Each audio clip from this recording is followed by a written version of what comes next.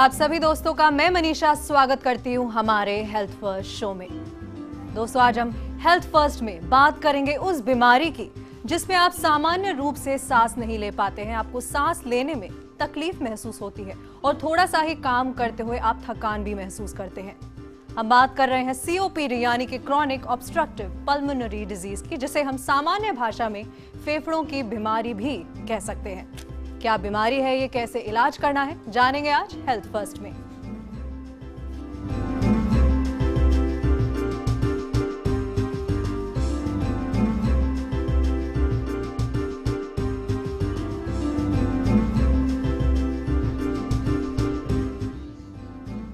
दर्शकों, मैं सबसे पहले आपको मिलवाना चाहती हूं डॉक्टर शिवराज शर्मा जी से, जो कि चेस्ट एंड टीबी के स्पेशलिस्ट है। डॉक्टर साहब, आपका बहुत बहुत स्वागत है।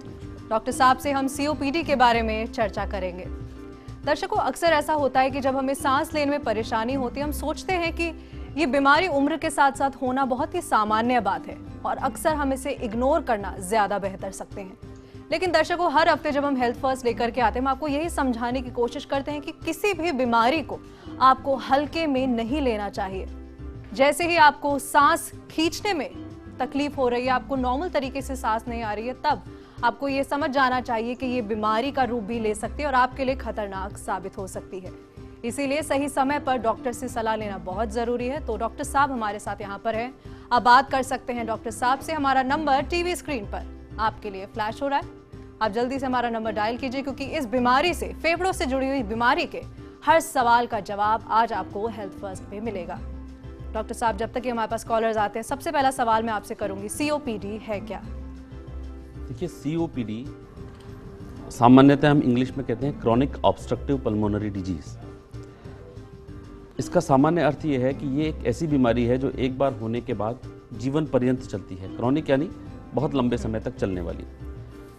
ऑब्स्ट्रक्टिव यानी ऐसी बीमारी जो कि फेफड़ों में श्वास में अवरोध या रुकावट पैदा करे, यानी श्वास के आने और जाने में परेशानी पैदा करे। और पल्मोनरी यानी फेफड़ों से संबंधित, यानी एक ऐसी बीमारी है जो कि एक बार व्यक्ति को हो तो ताउम्र उसका साथ नहीं छोड़ती है और ये बढ़ती जाती है। और हमें ये समझना चाहिए कि ये बीमारी प्रिवेंटेबल है, यानी इस बीमारी से बचाव संभव है। यदि इस बीमारी से बचाव संभव है तो हमें उन कारकों को पहचानना पड़ेगा जो कि इस बीमारी को पैदा करते हैं। तो सबसे पहले हमें ये समझना पड़ेगा कि ये बीमारी पैदा क्यों होती है और ये बीमारी किस स्तर पे हमारे देश में व्याप्त है या देश के बाहर भी व्याप्त है। देखिए, मैं आपको 2011 का एक आंकड़ा बताता हूँ। करीब 27.5 लाख बीमारियों से हमारे देश में मौतें हुई और उसमें से 5.5 लाख जो मौतें थीं वो सिर्फ इस सीओपीडी नाम की बीमारी की वजह से। तो आप समझ सकते हैं कि कितना बड़ा बर्डन है इस बीमारी का। ये बहुत ही अन्य बीमारियों की अपेक्षा बहुत ज़्यादा मौतें कॉज कर रही है और पूरी दुनिया में किसी भी देश में होने वाली मौतों में, बीमारियों से जो हो रही हैं, उनमें सीओपीडी की मौत सबसे ज़्यादा होती है। अगर हम विश्व की बात करें तो विश्व में भी ये काफ़ी बीमारी पाई जाती है और करीब 65 मिलियन 2005 में पूरे विश्व में इसके ग्रस्त लोग थे, जो कि मॉडरेट टू सीवियर डिजीज यानी अच्छी खासी उत्तेजना वाली बीमारी में थे और करीब 3 मिलियन डेथ इससे 2005 में ही हो चुकी थी। मैं आपको एक बात और यहाँ पे आंकड़ा देना चाहता हूँ कि ये बीमारी धीरे धीरे बढ़ती और जा रही है। विश्व में इसके मरीजों की संख्या बढ़ती जा रही है, जबकि आमतौर पर हम देखते हैं कि मेडिकल क्षेत्र में अनुसंधान और चिकित्सा सुविधाओं की उपलब्धता के बाद अधिकतर बीमारियां कम होने के कगार पे हैं या नीचे की तरफ आती हुई दिख रही है हमारे को, जबकि ये बीमारी 2030 के अंदर ऐसा अनुमान है कि वर्ल्ड की 3rd लार्जेस्ट डिजीज होगी। तो ये बीमारी धीरे धीरे बढ़ रही है। जी डॉक्टर साहब, जिस तरह से आप स्टैटिस्टिक्स बता रहे हैं, बहुत ही ऑब्वियस सी बात है कि बीमारी बहुत ज्यादा आम हो गई है। लेकिन मैं अगर इस बीमारी के नाम के बारे में बात करूं तो काफी कॉम्प्लिकेटेड और टेक्निकल नाम है। आम आदमी को समझने में, शायद बीमारी के नाम को समझने में ही तकलीफ होती है। तो क्या इसका कोई और नाम है जिससे कि कॉमन मैन इसको समझ सके? हम ये देखते हैं कि आम तौर पे इस बीमारी को सामान्य लोग दमा बोलते हैं। अस्थमा एक दूसरी बीमारी है जो काफी कुछ इससे मिलती जुलती है। लेकिन हमारे देश में कोई बहुत अलग नाम इस बीमारी के लिए अभी तक जी। है नहीं। तो हमें यहाँ ये समझना पड़ेगा कि सारी श्वास की जो तकलीफें हैं वो सीओपीडी नहीं होती हैं, या सारी श्वास की तकलीफें अस्थमा नहीं होती हैं। ये दोनों अलग अलग बीमारियां हैं। जो ये दमा नाम की बीमारी है या जिसको सीओपीडी हम कहते हैं, ये इसका मुख्य कारण जो है वो सिगरेट स्मोकिंग या स्मोकिंग है, जिसके अंदर सिगरेट भी है, हुक्का भी है, बीड़ी भी है, या एनवायरमेंटल पॉल्यूशन है, या ऑक्यूपेशनल पॉल्यूशन है। जी। तो ये इस बीमारी का कारक पर्यावरण में और स्मोकिंग में है, जबकि अस्थमा का कारण मुख्यतः जेनेटिक है और ये एक जी। तरह की एलर्जिक डिजीज है। तो यहाँ अंतर करना ये जरूरी है कि दोनों का कारण ही बिल्कुल बिल्कुल भिन्न है। तो जब कारण अलग है तो बीमारी एक कैसे हो सकती एक कैसे है? हो सकती है। बिल्कुल। दूसरी बात यह है कि जो अस्थमा है वो सामान्यतया बचपन में चालू हो जाती है, जी। चाइल्डहुड डिजीज है, बचपन से चालू हो जाती है। लेकिन जो सीओपीडी है वो बीमारी लगभग 50 साल की उम्र के बाद लक्षण अपने प्रदान करती है, लक्षण देती है किसी मरीज के। जी डॉक्टर साहब, मैं एज़मा और सीओपीडी के बारे में जो डिफरेंस है उसको ज़्यादा बातचीत करेंगे, लेकिन उससे पहले बूंदी से कॉलर जुड़ चुके हैं, आपसे सवाल पूछना चाह रहे हैं। युवराज जी, स्वागत है आपका, सवाल पूछ लीजिए। जी मैडम, मेरे में शायद बलगम में जो कप आता है ना जी। जैसे वो उसकी शिकायत रहती है, तो मैं सर से पूछना चाहता हूँ इसके लिए मुझे क्या करना पड़ेगा? जी। जी जी, आपकी जो शिकायत है वो है कि आपकी खांसी में बलगम आता है।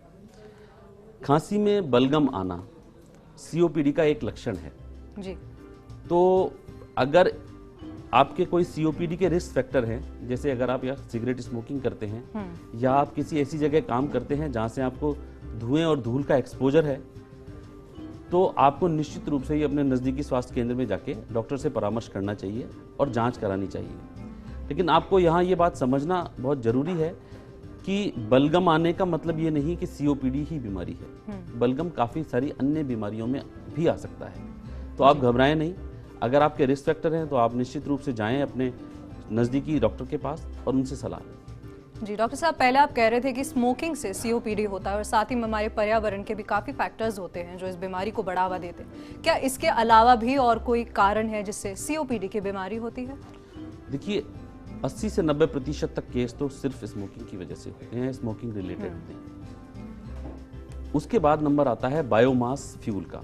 हमारे देश के अंदर खाना पकाने के लिए जो चूल्हे इत्यादि का जो उपयोग किया जाता है वो एक बहुत बड़ा कारण है जो कि सीओपीडी को पैदा करता है। इसके बाद अगर हम और कारणों की बात करें तो अगर बचपन में किसी को इन्फेक्शंस रहते हैं या बचपन में बार बार किसी को न्यूमोनिया होता है तो वो प्रीडिस्पोज हो जाता है ऐसी बीमारियों के लिए।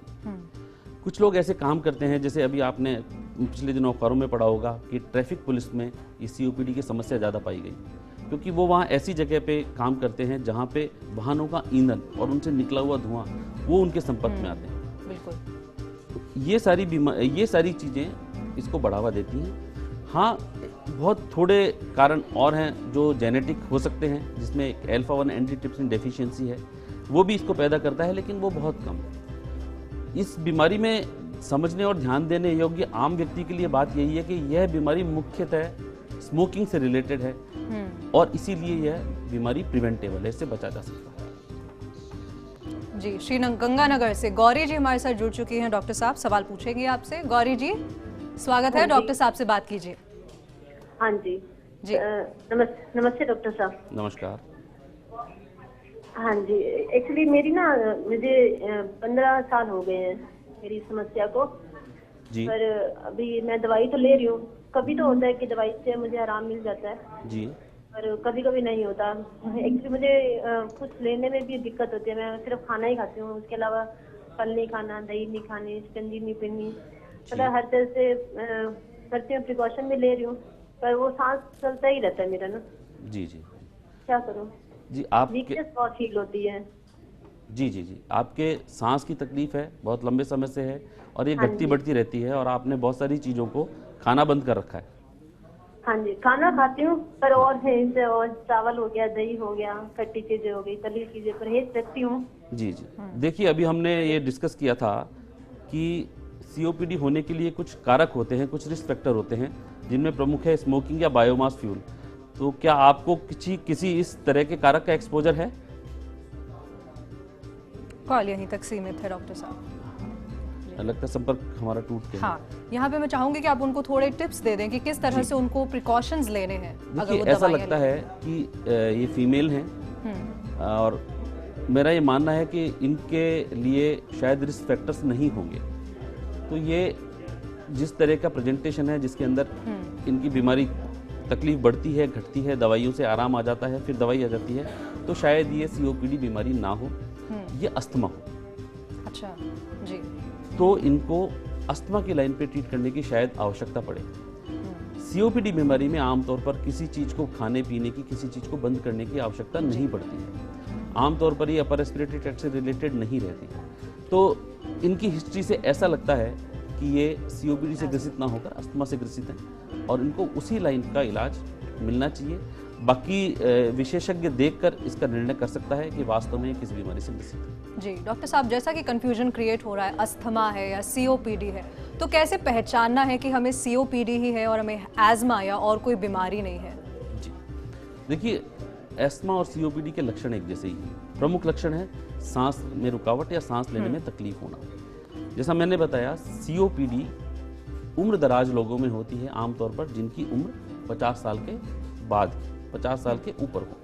जबकि अस्थमा की हिस्ट्री या अस्थमा के लक्षण बाल्यावस्था में ही और चाइल्डहुड में ही हमको मिलने लग जाते हैं। तो यदि किसी की बीमारी बहुत अर्ली स्टेज से है तो सामान्यतः हम ये मानेंगे कि COPD है। दूसरा जो COPD के लक्षण है वो प्रायः स्टेबल रहते हैं, एक जैसे रहते हैं। जैसे सांस है वो लगभग एक जैसी ही अवरोध रहेगा उसके अंदर, लेकिन अस्थमा में दवाई से या अपने आप बहुत तेजी से उसको आराम मिलता है और पेशेंट बीच की अवस्था में बिल्कुल नॉर्मल महसूस करता है। ऐसा लगता है उसको कोई बीमारी ही नहीं है, लक्षण ही नहीं है। सबसे महत्वपूर्ण बात यहाँ जो डिफ्रेंशिएशन करने या जो विभेद करने के अंदर है वो है कि रिस्क फैक्टर क्या है। यदि किसी को COPD के रिस्क फैक्टर हैं तो हमें उसमें COPD सोचनी चाहिए। अगर किसी को COPD के रिस्क फैक्टर नहीं है तो हमें सोचना चाहिए कि ये बीमारी अस्थमा भी हो सकती है। जी डॉक्टर साहब, जैसा कि वो कॉलर कह रहे थे कि उनकी खांसी में बलगम का उनको काफ़ी महसूस होता है, तो क्या ऐसे कोई लक्षण हैं COPD के जिससे हम फर्क कर पाए? देखिए, COPD में जो लक्षण हैं वो नॉन स्पेसिफिक होते हैं, यानी आमतौर पे आप सिर्फ लक्षणों को देखकर ये नहीं कह सकते हैं कि ये बीमारी COPD ही है। इसीलिए हम ये मानते हैं कि COPD में जो मरीज से हम हिस्ट्री लेते हैं, जो उसकी लाक्षणिक हिस्ट्री होती है, उसका सबसे इम्पोर्टेंट जो चीज़ होती है वो होती है उसकी हिस्ट्री ऑफ रिस्क फैक्टर, यानी वो क्या उन कारणों से ग्रसित हुआ है या उन कारकों के संपर्क में आया है जिससे संभावना है उसको COPD होने की। यदि ऐसा है तो हम उसकी फिर आगे COPD के हिसाब से जांच करते हैं और विभिन्न टेस्टों से हम ये पता लगाते हैं कि क्या वास्तव में ये मरीज COPD से ग्रसित है या नहीं। जी, बूंदी से रणवीर जी हमारे साथ जुड़ चुके हैं, आपसे बात करना चाह रहे हैं। रणवीर जी, स्वागत है, बात कीजिए डॉक्टर साहब से। जी, सवाल पूछिए। हाँ जी, मेरी घरवाली का उम्र करीब 30 साल है। वो एक बचपन से बीमार है जी, और उसको जो सांस प्रॉब्लम बहुत ज्यादा होता है। हॉस्पिटल में सर सांस प्रॉब्लम है, उसमें फेरिया का शिकायत रहता है उससे। जी जी जी, उम्र उसका 30 साल है। जी जी जी जी, ये कब से है उनको तकलीफ? एक बचपन से उसको है, लेकिन सांस अच्छा, प्रॉब्लम। उनको बलगम भी आता है? हाँ, बलगम आता है, लेकिन बीच बीच में जो सांस वगैरह फूलने लगता है ना, कब सिरप पिलाते हैं तब सांस होता है। अच्छा, बीच बीच में वो काफी अच्छा महसूस करती हैं दवाइयों से? उनके कैसा असर होता है जब उनको दवाइयाँ दी जाती हैं? हाँ, कब सिरप पिलाते हैं तब फिर ठीक हो जाती है। जी जी, देखिए, ये एक फीमेल हैं जो कि मध्यम उम्र की हैं, 30 साल इनकी उम्र है और इनको बार बार सांस की तकलीफ होती है। इनकी जो हिस्ट्री है वो बचपन से ही चालू है। इनको पहला लक्षण बचपन में आया, तो हम ये माने जो अभी तक हमारा डिस्कशन हुआ है कि शायद ये केस COPD का ना हो, ये शायद केस या तो कोई कॉन्जेनाइटल फेफड़े की तकलीफ हो जो बचपन में ही हो जाती है, या ये केस अस्थमा का केस हो। मैं यहाँ दर्शकों को ये बताना चाहता हूँ कि अस्थमा एक ऐसी बीमारी है जिसका इलाज बड़ा आसान है। अगर सही तरीके से जांच और उपचार की जाए तो उनको इससे लाभ मिल सकता है। और अस्थमा के इलाज के लिए सबसे बेहतरीन तकनीक है इनहेलर का उपयोग करना, जिसके अंदर सांस के नली को फैलाने वाले इनहेलर और सांस की नली की सूजन को कम करने वाले इनहेलर हैं। तो अगर ये निश्चित रूप से जाके और अपने नज़दीकी स्वास्थ्य केंद्र में जाके अच्छे से हिस्ट्री देंगे तो मेरे को लगता नहीं कि इनका इलाज में कोई समस्या आएगी। तो ये तो थे अशोक जी पंजाब से। अगले कॉलर जो है हमारे साथ वो रणवीर जी हैं, बूंदी से हमारे दर्शक हैं। रणवीर जी, स्वागत है आपका, बात कीजिए डॉक्टर साहब से। जी डॉक्टर सर, ये क्या मैं थोड़ी मेहनत करता हूँ ना, हार्ड परिश्रम करता हूँ, तो मेरे क्या है सांस फूल जाती है, सांस लेने में प्रॉब्लम होती है, उसका हर रीजन क्या है? अच्छा, देखिए सांस लेने में तकलीफ एक नॉन स्पेसिफिक तकलीफ है, यानी कि हमारा फेफड़े में अगर कोई तकलीफ होगी या कभी कभी हमारे हार्ट में भी कोई तकलीफ होगी तो उसका एक प्रमुख लक्षण होता है सांस लेना। तो सांस लेने में तकलीफ होने का मतलब सिर्फ ये नहीं है कि आप सीओपीडी से ग्रसित है, आपके बहुत सारी तकलीफ हो सकती है जिनमें कॉमन है अस्थमा, सीओपीडी, निमोनिया। और ये पूरी जांच के बाद ही तय हो सकता है कि आप किस बीमारी से ग्रसित हैं। जब तक आपकी पूरी लाक्षणिक हिस्ट्री, पूरे उपयुक्त टेस्ट नहीं कर लिए जाएं, तब तक हम सिर्फ एक सिम्टम के आधार पर ये नहीं कह सकते हैं कि आप किसी बीमारी से ग्रसित है, किसी पर्टिकुलर बीमारी से ग्रसित है। तो हमें भी हमारी बीमारी को स्टडी करने की बहुत ज्यादा जरूरत है। देखिए फेफड़े बहुत कम तरीकों से अपने आप को अभिव्यक्त कर सकते हैं। अगर फेफड़े में तकलीफ होगी तो मरीज को या तो सांस भरेगी, या मरीज को खांसी आएगी, या मरीज को छाती में दर्द होगा, या मरीज को खांसी में खून आएगा। तो हमारे फेफड़े के पास बहुत ही कम ऐसे चीजें हैं जो जिनसे वो अपने आप को परिलक्षित करता है कि क्या बीमारी है। तो लगभग सभी बीमारियों में फेफड़े में सांस भरती है। तो खाली एक लक्षण के आधार पे हम ये तय नहीं कर सकते। 5 लक्षण है लेकिन बीमारियां अनेक हो सकती है। जी डॉक्टर साहब, अगले कॉलर जुड़ चुके हैं, धौलपुर से हैं विपुल जी। विपुल जी, बहुत बहुत स्वागत है, सवाल पूछ लीजिए। Good afternoon sir. Good afternoon sir, मैं ये बोल रहा था सर कि आज से तकरीबन 7 या 8 महीने पहले ना मेरे जो फेफड़े होते हैं ना सर, उसमें ना पानी भर गया था सर। जी जी। तो सर फिर उसका मेरा ट्रीटमेंट चला, डॉट का 6 महीने का जो होता है सर। जी। तो सर वो ट्रीटमेंट भी पूरा कंप्लीट हो चुका है सर मेरा। जी। तो सर आपको मतलब क्या मतलब अपनी मेरे को थोड़ा थोड़ा प्रॉब्लम होता है, मतलब पेन होता है सांस वास लेने में। जी जी जी जी। अभी आपके जो पानी भरा था वो कितना समय हुआ है? 1 साल करीब। हाँ जी। देखिए ये जो आपकी तकलीफ हुई थी इसको हम कहते हैं प्लूरिसी या प्लूरल इफ्यूजन। इसमें फेफड़ों की जो बाहर जो झिल्ली होती है उसके अंदर पानी भर जाता है। उस पानी को हम निकाल के उसकी जांच करते हैं। आमतौर पे ये पानी टीबी का या कैंसर का होता है। जैसा कि इन्होंने बताया, इन्होंने टीबी का इलाज लिया डॉट्स में, तो ये पानी टीबी का था।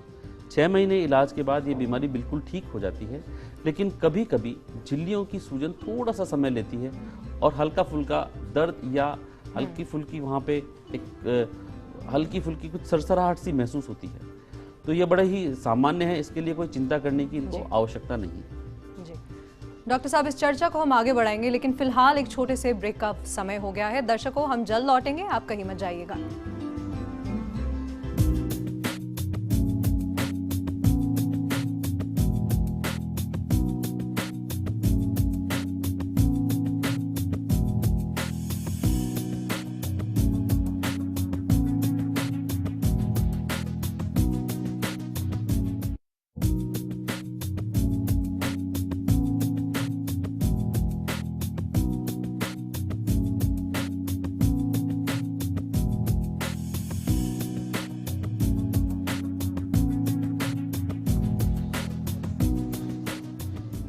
ब्रेक के बाद आप सभी का हेल्थ फर्स्ट में फिर से स्वागत है। आज हम बात कर रहे हैं सांस लेने में तकलीफ की। डॉक्टर साहब, अगला सवाल आपसे कॉलर करेंगे। राम सिंह जी जुड़ चुके हैं हमारे साथ जयपुर से। जी राम सिंह जी, सवाल पूछ लीजिए डॉक्टर साहब से। डॉक्टर, मैं स्मोकिंग करता हूँ तो मेरे बलगम आता है। जी जी। तो मैं जैसे स्मोकिंग बंद कर दूं तो मेरे शरीर पे कोई दुष्प्रभाव थोड़ा ही पड़ेगा? देखिए, स्मोकिंग करने से आपके शरीर पे दुष्प्रभाव हो रहा है, ना कि बंद करने से। अगर आप उसको बंद करेंगे तो आपको उसके बहुत अच्छे परिणाम मिलेंगे। आप कुछ ही घंटों में देखेंगे कि आपको एक राहत की सांस मिलेगी। आपको लगेगा कि मेरी सांस पहले से बेहतर है। आपको 30 दिन में ऐसा लगेगा कि आपकी जो शरीर की कार्य क्षमता है वो बढ़ गई है। इसके अलावा अगर आप स्मोकिंग को परमानेंटली बंद कर देते हैं तो बहुत सारे रोग जैसे कि फेफड़ों के कैंसर होने की संभावना दिन प्रतिदिन कम होती जाएगी। यदि कोई व्यक्ति 30 साल तक सिगरेट से दूर रहे, जिसने सिगरेट पी हो, तो उसके कैंसर होने की संभावना उतनी ही होती है जितनी एक सामान्य व्यक्ति जिसने कभी सिगरेट नहीं पी। तो सिगरेट छोड़ने के बहुत फायदे हैं। आपको तुरंत ही सिगरेट छोड़ देनी चाहिए। आप जब सिगरेट छोड़ेंगे तो आपका जो बलगम आना है वो भी आपका बंद हो जाएगा। जी, शुरू में विड्रॉल सिम्टम्स जरूर हो सकते हैं, लेकिन लंबे समय के लिए ये अच्छी चीज़ है। डॉक्टर साहब, कॉलर यहाँ है, विशाल जी हैं श्री गंगानगर से, आपसे सवाल पूछेंगे। विशाल जी, स्वागत है, सवाल पूछ लीजिए। नमस्कार डॉक्टर साहब। नमस्कार। सर जी, मेरी मदर है, उनके ब्रेस्ट कैंसर है जी। तो उनको है ना, पहले अस्थमा प्रॉब्लम भी थी, अब उनको कभी कभी सांस लेने में भी दिक्कत होती है जी। तो इनमें क्या, कौन सी दवाई ली जाए? देखिए, सबसे पहले तो मरीज का ये जानना हमें बहुत ज़रूरी है कि उसको वास्तव में क्या था। जैसे कि अभी बात चल रही थी कि सांस लेना सिर्फ एक लक्षण है, ये बीमारी को बताता नहीं है। तो हमें ये पता करना पड़ेगा कि उनको बीमारी क्या थी, उनको क्या अस्थमा था, उनको क्या COPD थी, या उनको ब्रेस्ट कैंसर की वजह से कोई फेफड़े की कॉम्प्लिकेशन हुई, या उनको कोई दवाइयों की वजह से, कमजोरी की वजह से न्यूमोनिया हुआ। तो जब तक हमारे पास ये डायग्नोसिस नहीं होगा, ये निदान हमारे पास नहीं होगा, तो हम उनको उपचार देने में असमर्थ हैं। तो सबसे पहले आप उनका डायग्नोसिस कराएं और उसके बाद फिर अपन तय करें कि उनको क्या दवाई दी जाए। विशाल जी, आपको सही तरह से चेकअप करवाना है और ऐसे ही किसी भी डॉक्टर से सलाह लेकर के दवाई नहीं देनी है, किसी विशेषज्ञ की मदद आपको लेनी है। अगले कॉलर ब्यावर से क्यान सिंह जी हमारे साथ जुड़ चुके हैं। क्यान सिंह जी, सवाल पूछ लीजिए। हेलो डॉक्टर साहब, नमस्कार। नमस्कार। तो मैं ब्यावर से बोल रहा हूँ साहब। मैं स्टेट बैंक में काम करता था और कम से कम 30 साल तक मैंने सिगरेट खूब पी। जी सर। और 2 पैकेट 3 पैकेट रोज पीता था, और लेकिन 2000 से उसको छोड़ रखी है। सन 2000 से, ठीक है। 2 महीने से आँख के तरफ परेशानी है, जिस तरह चेस्ट वगैरह परेशानी आ रही। क्या परेशानी आ रही है सर? सांस लेने की दिक्कत आ रही है। पहले मैं घूमता था 5-6 किलोमीटर तक, अब मतलब थोड़ा सा 1 किलोमीटर चलता हूँ, सांस बढ़ने लग जाती है। सर, आपकी उम्र क्या है? तो 70 साल 70 साल। और आपने कितने सालों तक ये स्मोकिंग की? 30 साल 30 साल तक। हाँ जी। देखिए, यहाँ समझने की बात ये है कि जब आपने 30 साल स्मोकिंग की, तब आपका जो फेफड़ा था वो दुगनी दर से निष्क्रिय हो रहा था, जैसा कि नॉर्मल फेफड़ा होता है उससे। हमारा जो नॉर्मल फेफड़ा है उसकी जो निष्क्रियता की दर है 20 साल की उम्र के बाद वो 20 मिलीलीटर होती है, 20 ml एक साल में। और जब कोई व्यक्ति स्मोक करता है तो उसकी 40 से 60 हो जाती है। 30 साल स्मोक करने के बाद और उम्र के प्रभाव को देखते हुए जैसे जैसे आपकी उम्र बढ़ी, अब आपको इस बीमारी के लक्षण आने प्रकट हुए हैं। तो मेरी राय में आप COPD से ग्रसित हैं। आपको किसी भी डॉक्टर के पास जाके अपनी चेकअप कराने चाहिए, जिसमें एक्सरे होगा, एक सांस की जांच होगी जिसको हम स्पायरोमीट्री कहते हैं, और कुछ खून की जांचें छोटी मोटी होंगी। उसके बाद ये तय हो जाएगा कि आपको वास्तव में सांस लेने में अवरोध की शिकायत या COPD है या नहीं। और उसके बाद जो चिकित्सक हैं आपको दवाइयाँ देंगे जिनसे आपकी सांस नली को थोड़ा चौड़ा किया जा सकेगा, ताकि जो सांस का आवागमन है, जो वायु का आवागमन है, वो उसके अंदर बेहतर हो जाए आपका। इसके अलावा आपको कसरत भी बताई जाएगी, जिसको हम फिजियोथेरेपी कहते हैं, और न्यूट्रिशन के बारे में भी आपको बताया जाएगा। इन सब चीज़ों का जो मेल है, और आप स्मोकिंग जो आप पहले ही छोड़ चुके हैं, इससे आपकी जो बीमारी है उसको बहुत हद तक हम काबू में रख पाएंगे। जी, आखिरी कॉलर हम ले रहे हैं डॉक्टर साहब। दौसा से हमारे साथ उमेश जी जुड़ चुके हैं। उमेश जी, सवाल पूछ लीजिए फटाफट। जी, सवाल पूछिए। डॉक्टर साहब नमस्कार। नमस्ते जी डॉक्टर साहब, मैं एक फिजिकल की तैयारी करता हूँ। जब मैं सुबह के टाइम दौड़ने जाता हूँ तो मुझे एक टाइम में सांस फूलता है मेरा जी। बहुत तेज मेरी धड़कनें स्टार्ट हो जाती है उस टाइम। जी जी जी। उम्र कितनी है सर आपकी? जी डॉक्टर 30 साल। 30 साल। और किस चीज़ के लिए तैयारी कर रहे हैं सर आप? जी सर, मैं फिजिकल में पुलिस वगैरह की तैयारी करता हूँ। किसके लिए सर? पुलिस में। पुलिस के लिए। तो सबसे पहले तो मैं शुभकामना देना चाहूँगा आपको कि आप सफल हों। देखिए, आपकी उम्र अभी इस तरह की नहीं है कि हम आपके COPD के बारे में सोचें। यदि आप कोई स्मोकिंग करते हैं या किसी ऐसे व्यवसाय अभी कर रहे हैं जिसके अंदर आपको COPD का खतरा है, जहाँ पे धूल और धुएं का आपको एक्सपोजर हो रहा है, तो आप तुरंत उसको बंद कर दें। और जो आपके पैल्पिटेशन या जो आपकी धड़कन बहुत तेज हो रही है, कई बार एक्सरसाइज करते करते ये सामान्य होता है कि जब हम बहुत ज़्यादा एक्सरसाइज करते हैं धड़कन तेज हो जाती है, लेकिन अगर आपको ये बार बार हो रहा है और कम एक्सरसाइज करने पे ही हो रहा है तो निश्चित रूप से डॉक्टरी सलाह की आपको आवश्यकता है। जी डॉक्टर, दर्शकों हम ये समझाने की कोशिश करें कि बीमारी चाहे कितनी भी बड़ी क्यों ना हो, इलाज जरूर संभव है। डॉक्टर साहब बहुत बहुत धन्यवाद आपका स्टूडियो में आने के लिए। बहुत बहुत धन्यवाद। दर्शकों, अगर आप चाहते हैं कि आपकी बीमारी से संबंधित हम चर्चा हमारे शो में उठाएं या आपके सवालों का जवाब दें, तो आप हमें कॉल के साथ साथ ईमेल भी कर सकते हैं। ईमेल आईडी आपकी टीवी स्क्रीन पर healthfirst@firstindianews.com। अगले शनिवार आपसे फिर मिलेंगे, तब तक के लिए अपना ख्याल जरूर रखिएगा। नमस्कार।